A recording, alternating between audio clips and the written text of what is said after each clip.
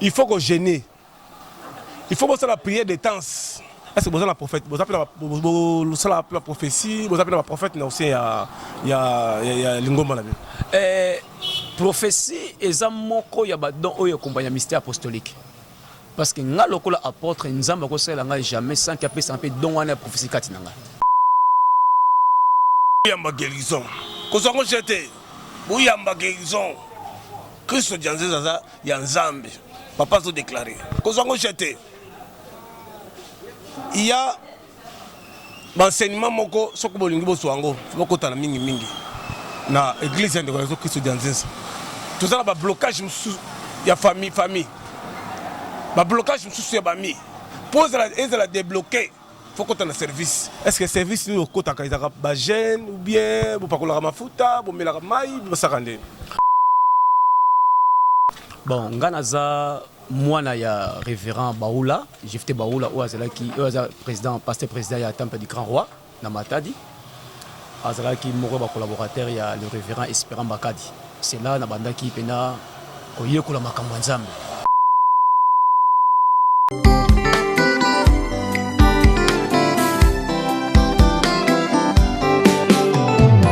Beleve femme na kokina bala azala en Christ poto kwela na ye doko na yo masereza nga pierre d'appui ezanga pela mu pela la joie ngona toni na tembe na motema o ya kolinga yo poto bala na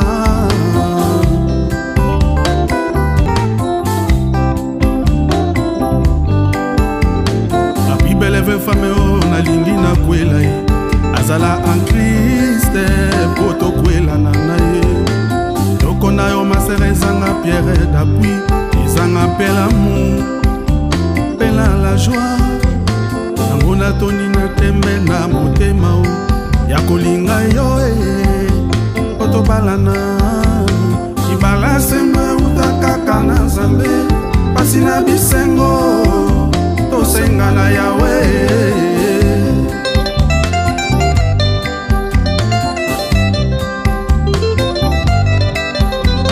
apinanga ezali inepote bia pyramide l'oraga et la tempête flamme fait dévorer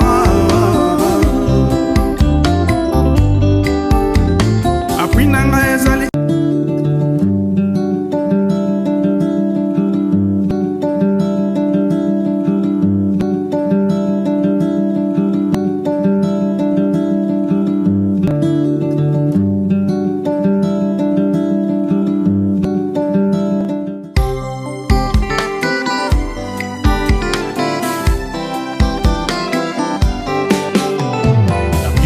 femme na kokina bala azala en Christ poto kwela na ye doko na yo masere Otisimala, tout la massa. Otisimala, bana poto bana mokili mobimba. Koli le millionnaire, oula la wapi. Otisimala,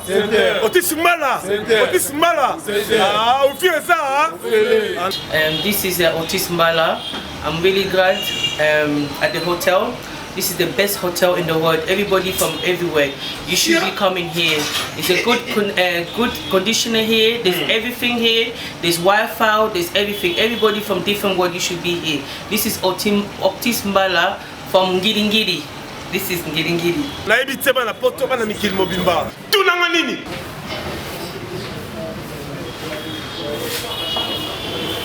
Il va la mal à causer quoi. Et ça c'est Otisimala Center. Flat à flat, hôtel à flat. Hôtel oyo vandi, hôtel oyo moni bandeko. Toko ça na l'air moko di bomate. Pongi et à la paix sous la besoin en ici kamoko ya cadre ya. Iko yede on a mo bando ta bien quoi. Pour les abino, c'est les comparables l'homme des affaires. Ici comme nga na kitaka. Quand les monobaki, il y a 2 mois, 3 mois. Parce que Otisimala Center, hôtel oyo flat oyo posé, plaisir nanga, olamuki na tongo, boîte à mille ke mati. Na moni okaka na Center, Otisimala. Yambula Buzoba. Yambula Buzoba. Otis Mbala Center. Otis Mbala, la classe et la différence. La classe et la différence. On a flat hôtel, il y avait Otis Mbala. On a l'outil à France, mais on a passé ce jour à la CPN la design, la CPN la confort. C'est une très bonne, très flat. La bise autoroute à la Libana, on a passé très bon séjour. Et les hommes ont fait Foya Koto. On a tout, on a Maya Moto, on a climatiseur, les courriers quand on a raté. Et vraiment, on a passé le séjour à bien, à Masso de l'Uniboya. Beaucoup de avions très bon, à tout le monde, à sur la paix bien. Et les prix allaient différemment des prix. Finalement, au moment où numéro au défilé, où on a la belle, peut-être sur Kassavou. Et croisement Kassavou pour la Khartoum. En tout cas, dans Ngiringiri. Et là, au moment où il y a propre, autant il y a un moment où il y a même pas un an. Vraiment, dans ces pays, il faut arriver au Salami. Et nous avons dit que nous avons ils ont plaisir pour tout le monde. Nous sommes là pour le Bayangona. Vraiment, dans ces pays. Bana poto, poto na kin. Awa na kati ya Otis Mbala Center. La classe et la différence. Oh là oh là oh là oh là oh là. Oh là oh là oh là oh là. Babi te sabi sambwani. Oebi une seule adresse babi awa. Ça dit nga nazala awa. Monica, ça dit confort que tu as au Lobaté. Bana miki Canada, États-Unis, partout dans le monde. Ça dit boya tout ça là. Niki ni awa. Ainsi Pacho, RFI ça peut se la bino adresse madame. Otis Mbala. Otis Mbala. Otis Mbala. Ba appartement ya solo.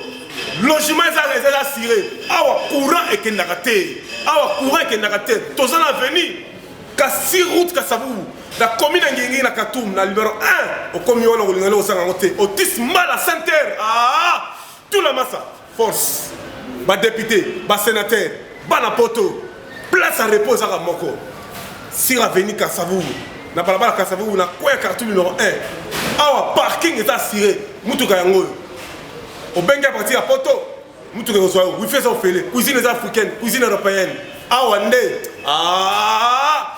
Appartement comme ça. Tala, poto la kisasa. Pour aller au Sangote.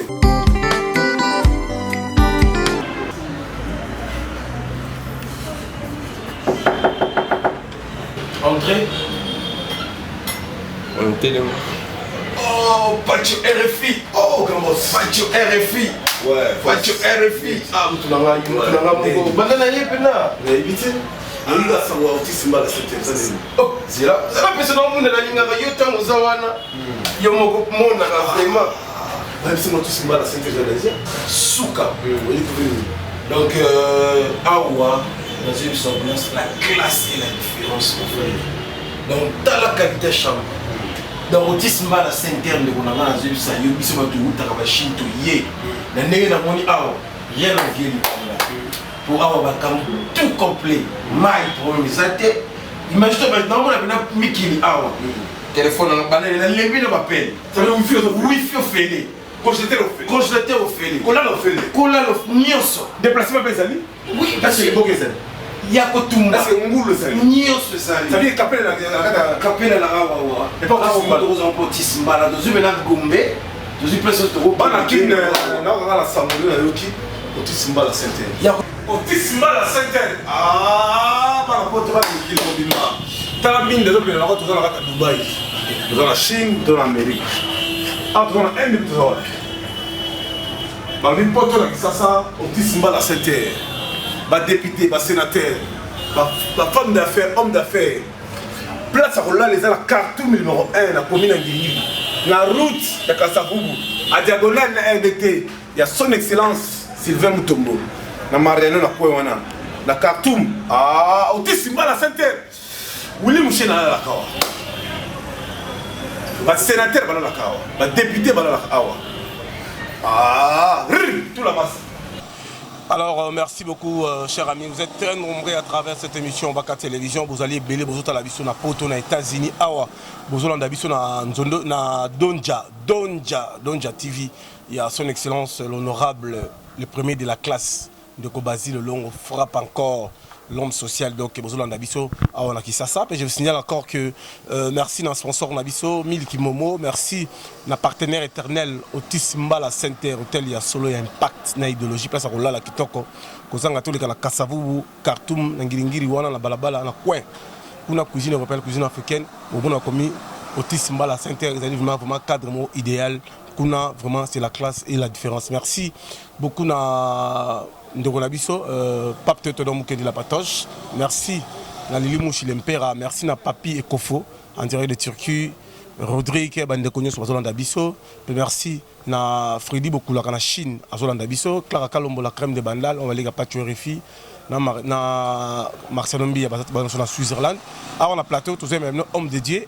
Ndeko Christo apôtre wazali na église munene na Kamama oyezali église munene za Nguya tolobi bata mokili mikolo yo balingi kosambela te il faut lugele nzambe masumu sozo sama mingi parce que prière na bino ezokoma pa nzambe te tokutuna ye abanda musique abanda kokoma pasteur ndenge peut expliquer biso masolo ya agence sokolingo ke ne poto États-Unis partout Europe na ndenge ya bien contacter Ndeko Christo apôtre Oyo Azali dans ces jours dans la terre des ancêtres Azali précisément la capitale la Kinshasa.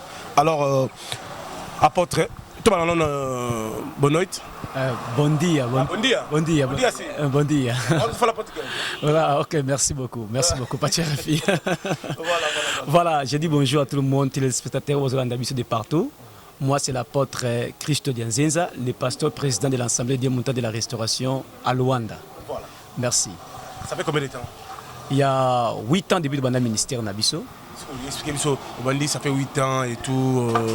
Il y a qui par vocation, mais bon, Nganaza, moi, il y a révérend Baoula, Jifte Baoula, qui est pasteur président du Temple du Grand Roi, Namatadi. Qui est collaborateur, il y a le révérend Espérant Bakadi. C'est là que qui pena koyekola makambo nzambe. Étant na Luanda, nakuta na pasteur Josaphat Yenge Betuel, il y a une en encadré les sous ndé na kati église ya pasteur Josaphat Yenge Betuel, ndé nzambe banola kisaye vocation ministère nanga. De bandaki na yimo ko tata abano mona yango, abike nzamba la kisinga yo. Na moni osali communauté moko munene mais na kati communauté na bisoté. Mais à l'époque, j'ai douté de ça, non, comment on a kubanda misala boyeka mais au fur et à mesure, on a zamo mukemo mukuse, nzambe ko fongola so vision ana. Tinero yo ka mongongo nzambe ko benga na sala tinda oyo nzambe a tepesa inga ko la responsabilité na sala. Mais na kati tinda na nzambe bisinga tala peuple na ngai, tala peuple bazo souffrir, tala peuple bazo ba difficulté, bazo sambe, bazo ba réponse tala.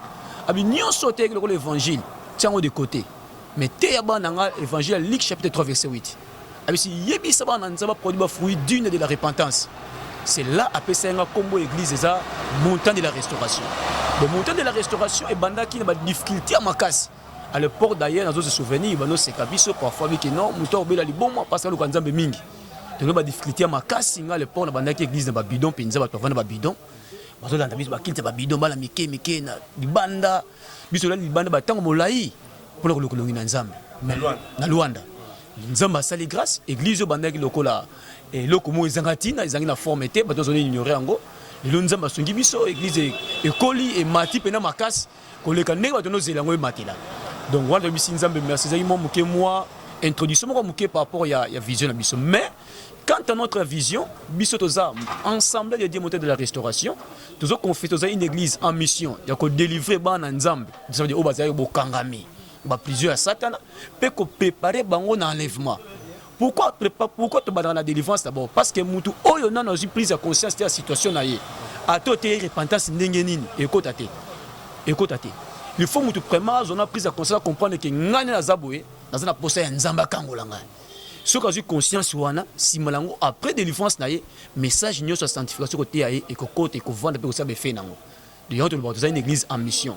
Il y a que délivrer ban nzambe. Parce que vous avez eu le temps, il y a que ça la délivrance parce que dans Luanda, sur Talibé Zambo Gaza océan, batimi balingi bena ressemble la mingité, bat balingi toujours croire na maginois, croire na babilo comme ba 7 mois. Il y a arrivé que ça la prière, la délivrance, ba esprit comme bible. En tout cas, vraiment délivrance la spécialité na biso. Nous sommes une ministère de la délivrance. Donc on appelle la délivrance des aspects. Chaque samedi, nous avons quitté mon école de délivrance. Et ben de 8h jusqu'à 11h. Là, c'est la délivrance. Démontrer des gens des réalités auxquelles eux ont kangabango. Et pourquoi ils n'avancent pas. Parce que plusieurs personnes souffrent, croient que ma souffrir c'est naturel. Mais en réalité, il y a une dimension spirituelle. Alors, Moutondeng, on a un effort, ni on soit ça. Attends, multiplier la prière, ceux qui n'ont pas eu conscience de comprendre que les Camerounais doivent vivre. Ils ont naturel, ils ont normalité, ils ont anormal. Dans le Kanzambe à Kangolanga, cela veut dire que nous devons rechercher de la finale. Parce que même Christ est yémoko, mission est indaki ya munene na mokili oyo, ya liboso ezako teya. Sangola pa bola, si malango abandi ko kangola bantu. Rendre libre les opprimés, délivrer les captifs. Né na si malango to mona une année de grâce du Seigneur. Donc une année ngolu ko yate na mutu azo vivre na vie moko malamu te o conscience na habiter que vino zo vivre malamu te. Donc mutu on a premièrement faut avoir conscience que les Camerounais azo vivre ça normalité, ah ça la délivrer. Donc de jeunesse à l'Apocalypse on parle de la délivrance. Vous voyez. Voilà. Alors, bande de combattants à la pébicho ébélé, le niveau à Poto, même à la Kisasa, pas tuer les filles que la journaliste à population. Nous sommes là-bas tout. Aux alentours de Konayo, Azobel, la bielle Kamoko, mais moi une église. Il faut qu'on gêne.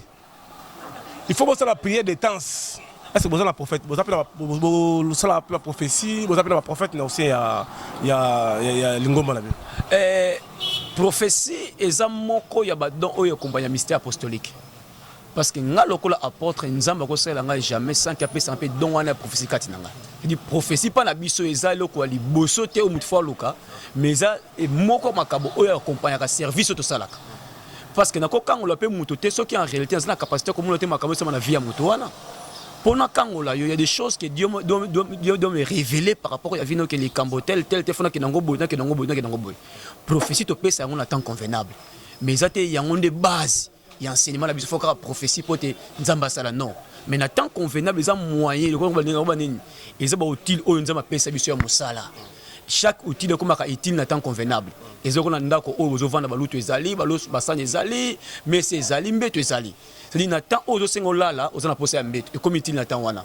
Mais ceux comme na temps ko lia mbeto comme moins négligé, au côté là na no mesa pour na olianan. Donc si tu peux qu'on lit qui te comme important parce qu'il faut se reposer. C'est ça aussi la prophétie à l'église. Des étés locaux quand comme faut non. Dans temps convenable s'il y a un danger, nous avons le bac. Parce que Dieu ne fait rien sans pouvoir révéler à ses serviteurs le prophète. Ceux qui nous ont posé ça les Camerounais révéler biso. Que tel les Camerounais ça les abois pour faciliter pas l'orientation et comment prier. Vous voyez, prophétie au pays, ça a un temps convenable, guérison, ils ont un temps convenable, délivrance payante, un temps convenable. Mais tu vas dans l'enseignement des apôtres. Voilà. Où est la repentance. Alors, Bandeko, nous sommes dans la Pébisso. Est-ce que l'église est quand même qui est c'est vous en titulaire après vous? Est-ce que vous avez en Luanda, vous avez dans la province ou sur Luanda? Voilà, jusque la communauté, tout ça, j'ai 8 ans depuis que nous sommes là. Nous avons la tête. Nous avons un pasteur, mon adjoint à Zawana, pasteur Josué, Gabriel. Nous avons encadré. Donc 12 ans encadré, moi, et puis les lois comme pasteur adjoint. Le lac 20 ans, mais nous avons terrible. Nous avons une école de prophètes, nous avons le prophète Jésus Bazawana, il y a des sœurs aussi qui travaillent dans l'école de prophètes. Nous avons le docteur Thomas Zawana, Daniel Zawana, nous avons le carré de Zardogène, collège au travail. Moi, Chantal, pas France, nous avons un conseil au travail pour des communautés à Makas. Mais jusque-là, nous avons déjà préparé par rapport à la sortie officielle de cette cellule. La cellule a déjà prié, mais notre personne officiellement. Parce que la cellule officielle, il faut que la cellule soit conformée par rapport à la santé, par rapport à la doctrine toujours enseignée. Mais tu as qui tant bazana centrale, bazana cellule, il y a une conformité d'enseignement et de service. Donc voilà. Bouyamba guérison. Kozango jeté. Bouyamba guérison. Christ Janzé Zaza Yanzambe. Papa se déclaré. Kozango jeté. Il y a l'enseignement moko soko bolingi boswango moko tana mingi na église de Christ Janzé. Tout ça ba blocage ya famille ba blocage mususu ya bami pose la débloquer faut que tu aies un service. Est-ce que le service nous côté ba jeune ou bien pour pas mafuta pour mela mai pour ça rendre. Bon pour la biso ba service sacerdotal mafuta mai tout ça la comme mai ceux qui orientation ezali tout ça peut mafuta ceux qui orientation ezali mais instrument monene on a la délivrance ezala comme na Yesu. Et ça le nom de Jésus. Il n'y a pas notre instrument, il n'y a pas notre outil le plus puissant au Nakosa et la délivrance. Il y a que la délivrance est ça marami par la foi. Il faut que nous enseignement qui permettre à comprendre parce que les gens qui ont ramuta ko ina seba pakole mafuta mais même si c'est où mais la kaka. Koko ina se ko pakole mafuta ça signe délivrance. Parce que délivrance, c'est une prise de conscience. Vous connaîtrez la vérité et la vérité vous affranchira. Si vous avez une connaissance de la vérité, dans notre par rapport à la vie, attends pas coller ma foot, ma maille, ma retraite, une année, 2 ans. Changement vous allez. Parce que Moutouaz a pris sa conscience de la été. Il faut en aïeba. Donc ma foot en maille, de celle là on a battu, on est orienté parce que tout le monde a la Bible. Que les disciples, ça y a délivrance, le livalique, noté à son malam, la Bible c'est la Bible, parole bon ma foot. Il y avait un nombre de malades qui guéris, une multitude était guérie. Ma parole bon ma foot. C'est une recommandation biblique. Mais pas la Bible ce côté en vigueur, ce qui nous a ma pèse orientation mon corps. Maille to ça la Congo parce que maille est naturel, l'eau c'est l'esprit. Trop c'est la maille pour la preuve de foi, pour toutes sortes de guérisons. Vous voyez, mais autre, à part maille, ma foot, ma service, je suis tout ça, ça raté. Pour éviter de scandaliser Batou. Pour ne pas limiter, onction à biso quand maille, quand ma foot à terre. Tu dois comprendre que c'est le nom de Jésus qui guérit. Oh, Jésus, c'est qui? C'est la parole. Bible, quand tu passes dans bango, ben là qui nzambe, nzambe tina qui le le kangola qui bango. Voilà. Ouais, ça na motema kondima andima, ouais ça na ma toya koyoka ayoka. Kozango j'étais ani azota la biso na Australie. Fanta Fofana à Paris, Emmanuel Kalonji. Michael Libiki na France avant la biso na Londres la moni Tina Wonga Bivonga Toto Mobia itimo ba les réseaux le plus demandé Lili Mouchi l'Impera azolanda biso na Paris mais tout rapidement tout sur la masolo agence NDN. Bon voilà agence plutôt ça Wonderful World tout ça agence à prestation de services tout ça ba service local ba service de visa d'études na Ukraine motolinga tanga na Ukraine azana posa za formation mo pene ya makasi na Ukraine. Biso zana pour marque ba service wana ça veut dire aux à la pardon na Congo Brazzaville aux à la Congo RDC so ligne na visa avec assurance contacter biso au komona qui est au salo service sans problème. Tout le monde ba lecture na TV na ba site belé Ukraine les agence na voilà na niveau qui chasse ça par exemple Nazar représenté à plus de 10 agences de voyage Nazar demandé fait de 10 ou 15 agences de voyage pour le visa à Ukraine parce que tout le monde qui va viser on va vérifier comment moi est belé. Si vous pouvez éviter les réfugiés, vous pouvez contacter Biso, surtout pour l'Ukraine. Vous pouvez contacter en tout cas dans l'agence, dans un dossier tel, vous pouvez viser la place. Vous pouvez aller à Luanda, vous pouvez viser nos bimas, vous voyez, donc nous sommes là, nous sommes une agence sûre. Si vous avez en Ukraine, à une Syrie, en Pologne, en Hongrie, à contacter Biso, à recevoir visa avec facilité, avec facilité, sans problème. Voilà. Alors, Bandeko Nyoso Bazolanda Biso, partout dans le monde. Message ni à Souko Bisabango parce que vous allez première partie. Torozon allait sous Namon Amboka apôtre Christo Dianzeza, ou quand même pas allé bel et bien à la Kisasa. Na Bandeko Nyoso Bazolanda Biso face au monde entier. Bon, continuera toujours partager l'émission, peut aimer cette émission parce que pas tu vérifies l'homme du terrain, l'homme du peuple. Merci Maman Sylvie Kassongo, joyeux anniversaire, que du bonheur pour cette année 2021. Alors, pour en terminer avec vous, un dernier mot. Lilubananga ezabo pour na bana nzambe nyoso. Tango ezapena mabe. Esengeli biso bana nzambe to telema to luka nzambe na ndenge ya bosolo. Parce que lelo nazomona na carte église ba théâtre comme tellement trop et bana nzambe comme trop sentimental. Voilà raison pour laquelle nazomona que puissance ya nzambe na église comme forcée parce que bana nzambe niko pesa pena vie et pas nzambe na ndenge ya bosolo te.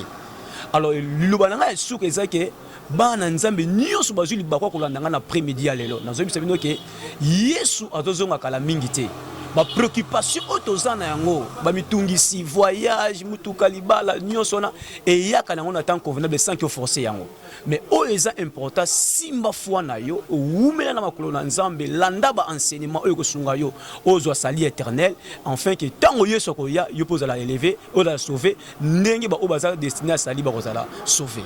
Est-ce que moko la zone pe big sabat na vie dim eza droit o mwana nzambe nyonso fa futaka donc mwana nzambe oya futaka dim na yete aza pena mwana nzambe te.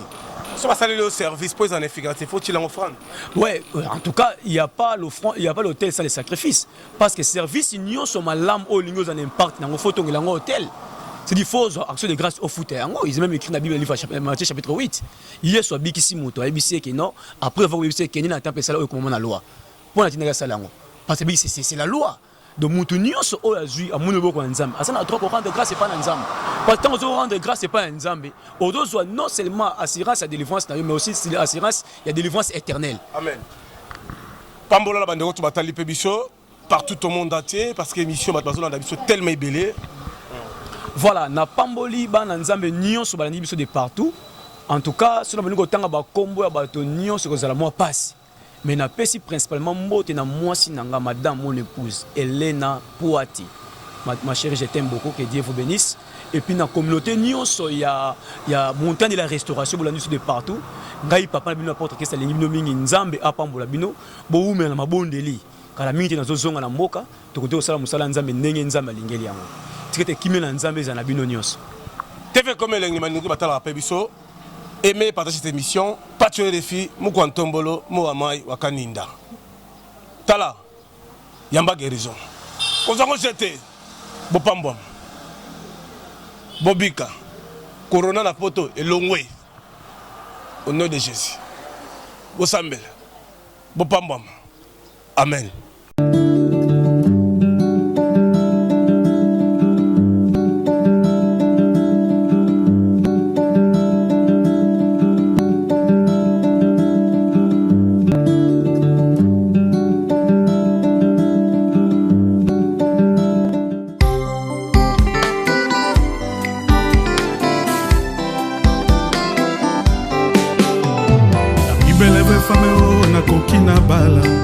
Azala en Christ poto kwela na ngai Doko na yo maserezanga pierre d'appui ezanga pela mu pela la joie Ngona Popolipo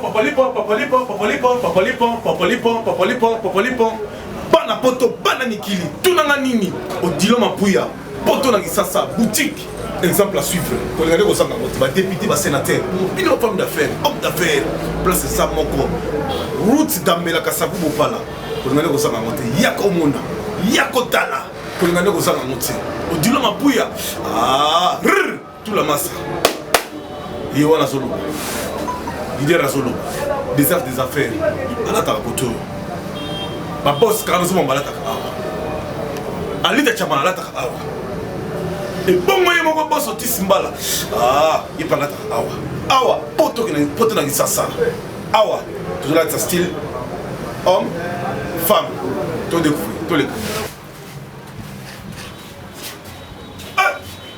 Sampaio yo moya ka pas sur les filles boni on te sali on a monté kenta bon awa ezali exemple à suivre bon biso longa bana na et pas au dilon pour y avoir la montre depuis au chaos et pour mola ba boda boy donc il y a la ça depuis au chaos donc le voilà ça la plan awa ala opala et so gambela donc on a soma plan awa les mots peso ba yoti mikili asali na bekoli na tina ka bembo na so na tindi pas soubeli donc on dit mon pour ya frustration donc ba tout ba awa et ça la ba député ça ba boda boy ba musicien on ba na forme ba roya awa pas dit mon pour ya donc ba pièce ali on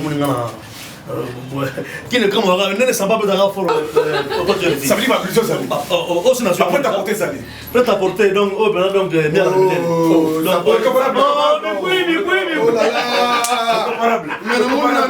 mon exemple à suivre oui non c'est déjà déjà donc na yeli pièce oyo akana confirmer ndeko bandeko bovana confinement na yo sa soni tala confinement na kati ya kini elengi ya olata na kati ya kini exemple à suivre odilo mampuya vraiment bandeko na nga plaisir ya trop nana minga kono bate me boronga na yelaki yango bon ba na pour mususu la pression plus fort oui kanisi gaso evala alors ba la porte ba na mikili mobimba ba sénateur ba député ba homme d'affaires femme d'affaires là c'est ça au Dilo Mapuya la classe et la différence la kasavu na papa là yako mona yako tala yako vivre milamba awa bona nesa leo elenge saliawa keba